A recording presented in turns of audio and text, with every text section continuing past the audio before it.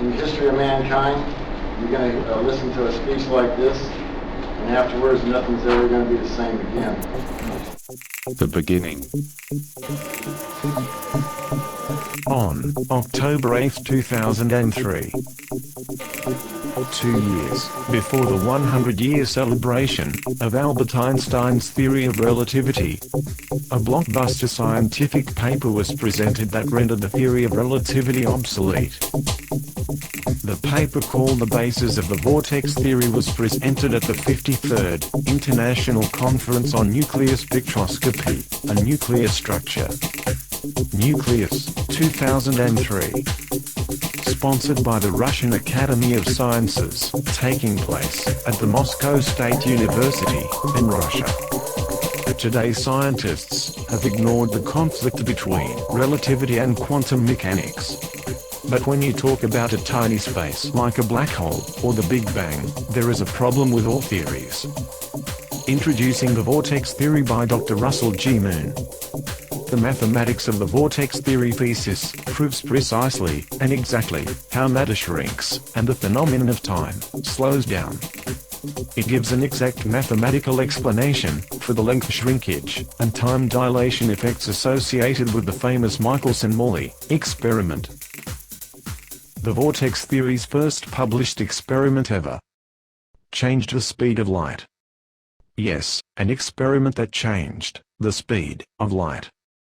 Using the principles of the vortex theory, it was theorized that when a photon encounters a region of denser space, its velocity increases, traveling faster between the region of denser space. It is tentatively titled the photon acceleration effect. To prove this revolutionary idea, an experiment was devised using a laser interferometer and 2 electromagnets. Photons of light or energy are condensed regions of space. When a photon encounters an electromagnetic field, both the velocity and the frequency of the photon will change. In the experiment, the electromagnets created a region of denser space.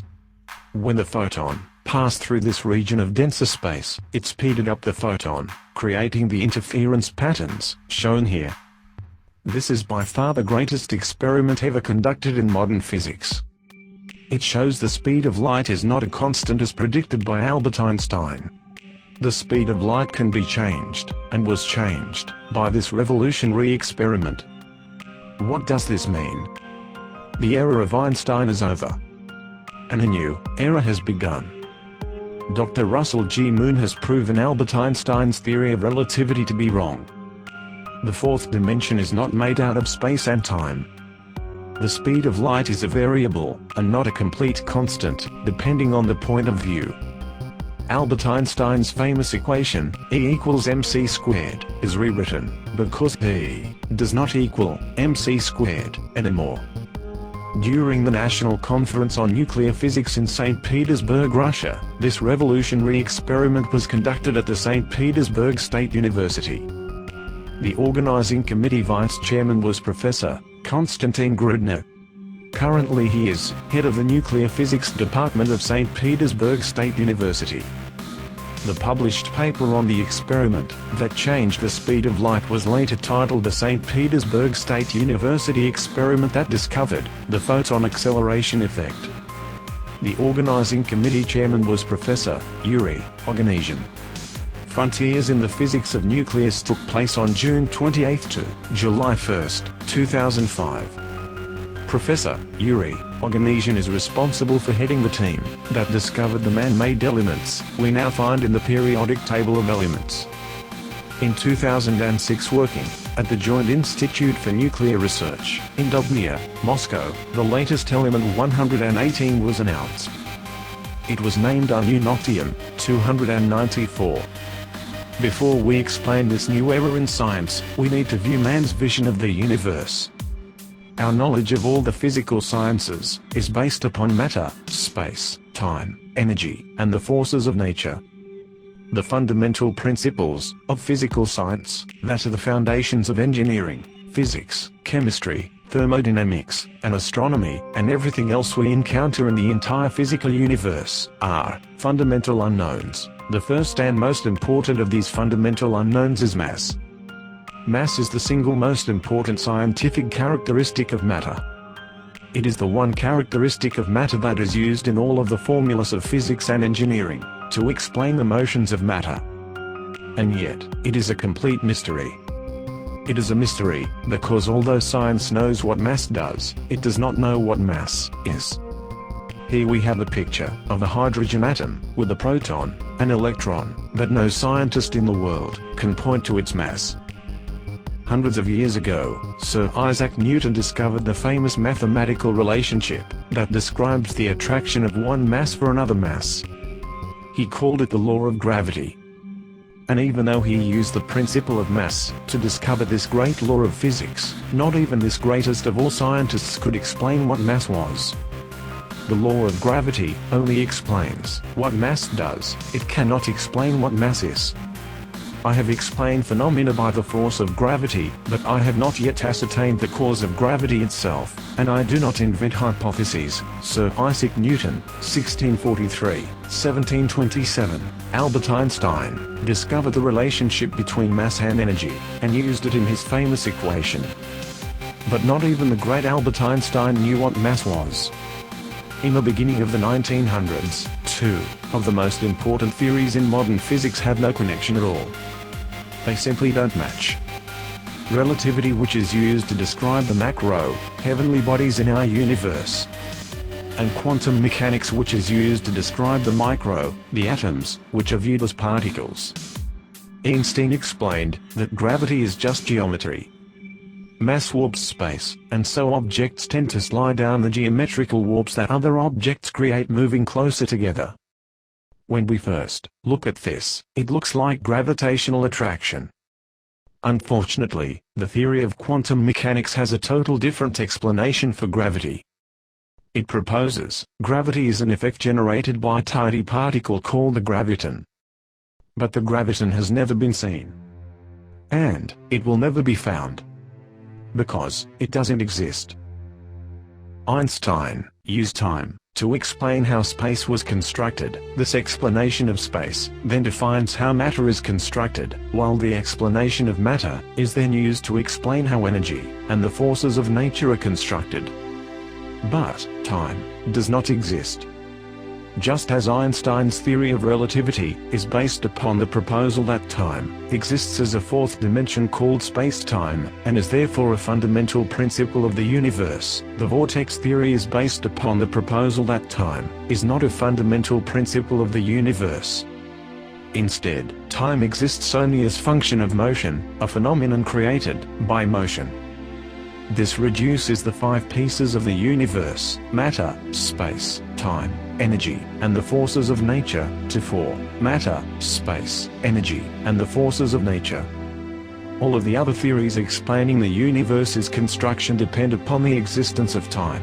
If time does not exist, every one of them becomes instantly obsolete. But, does time really exist?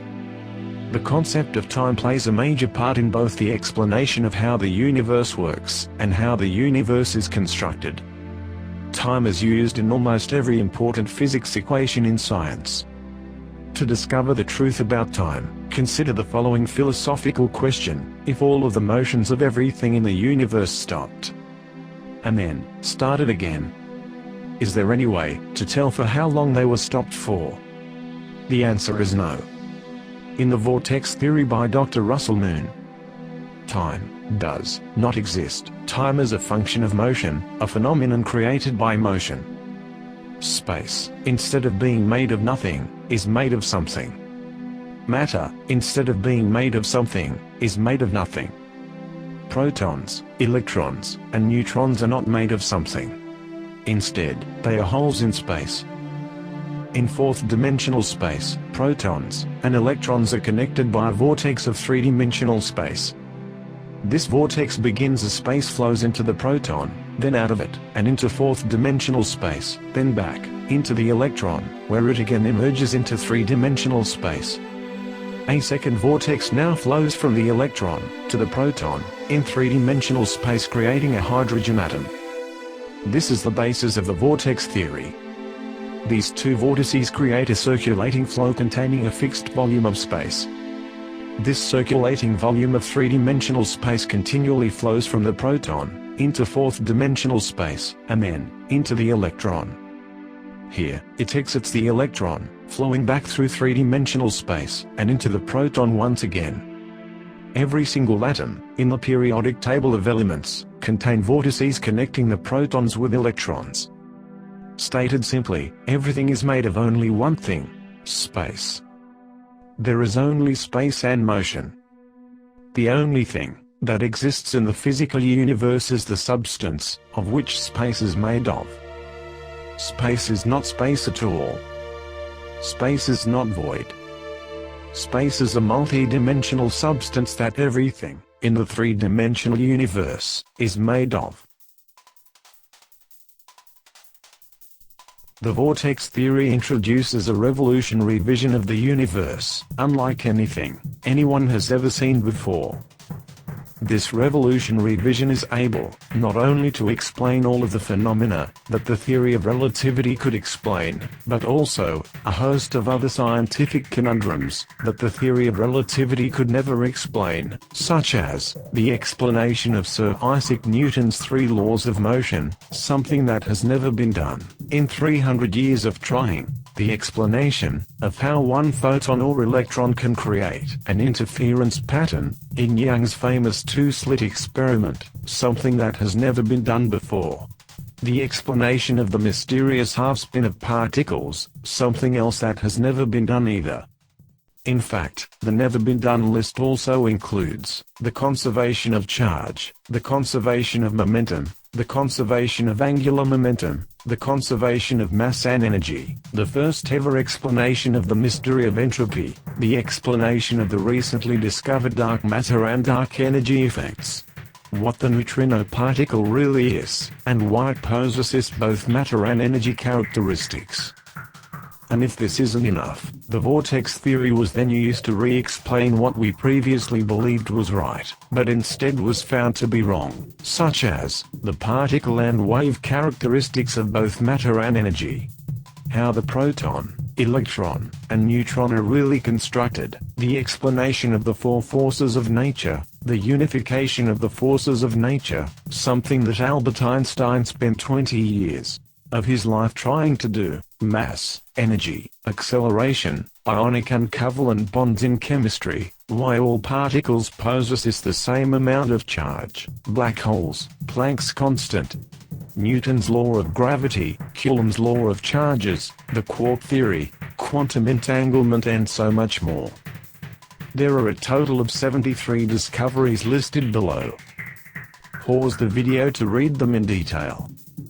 The explanation of the great mysteries of science formulates the vortex theory, the theory of everything. Until now, not one theory can explain all these mysteries except for the vortex theory. The vortex theory is the final unification theory that scientists worldwide have been trying to discover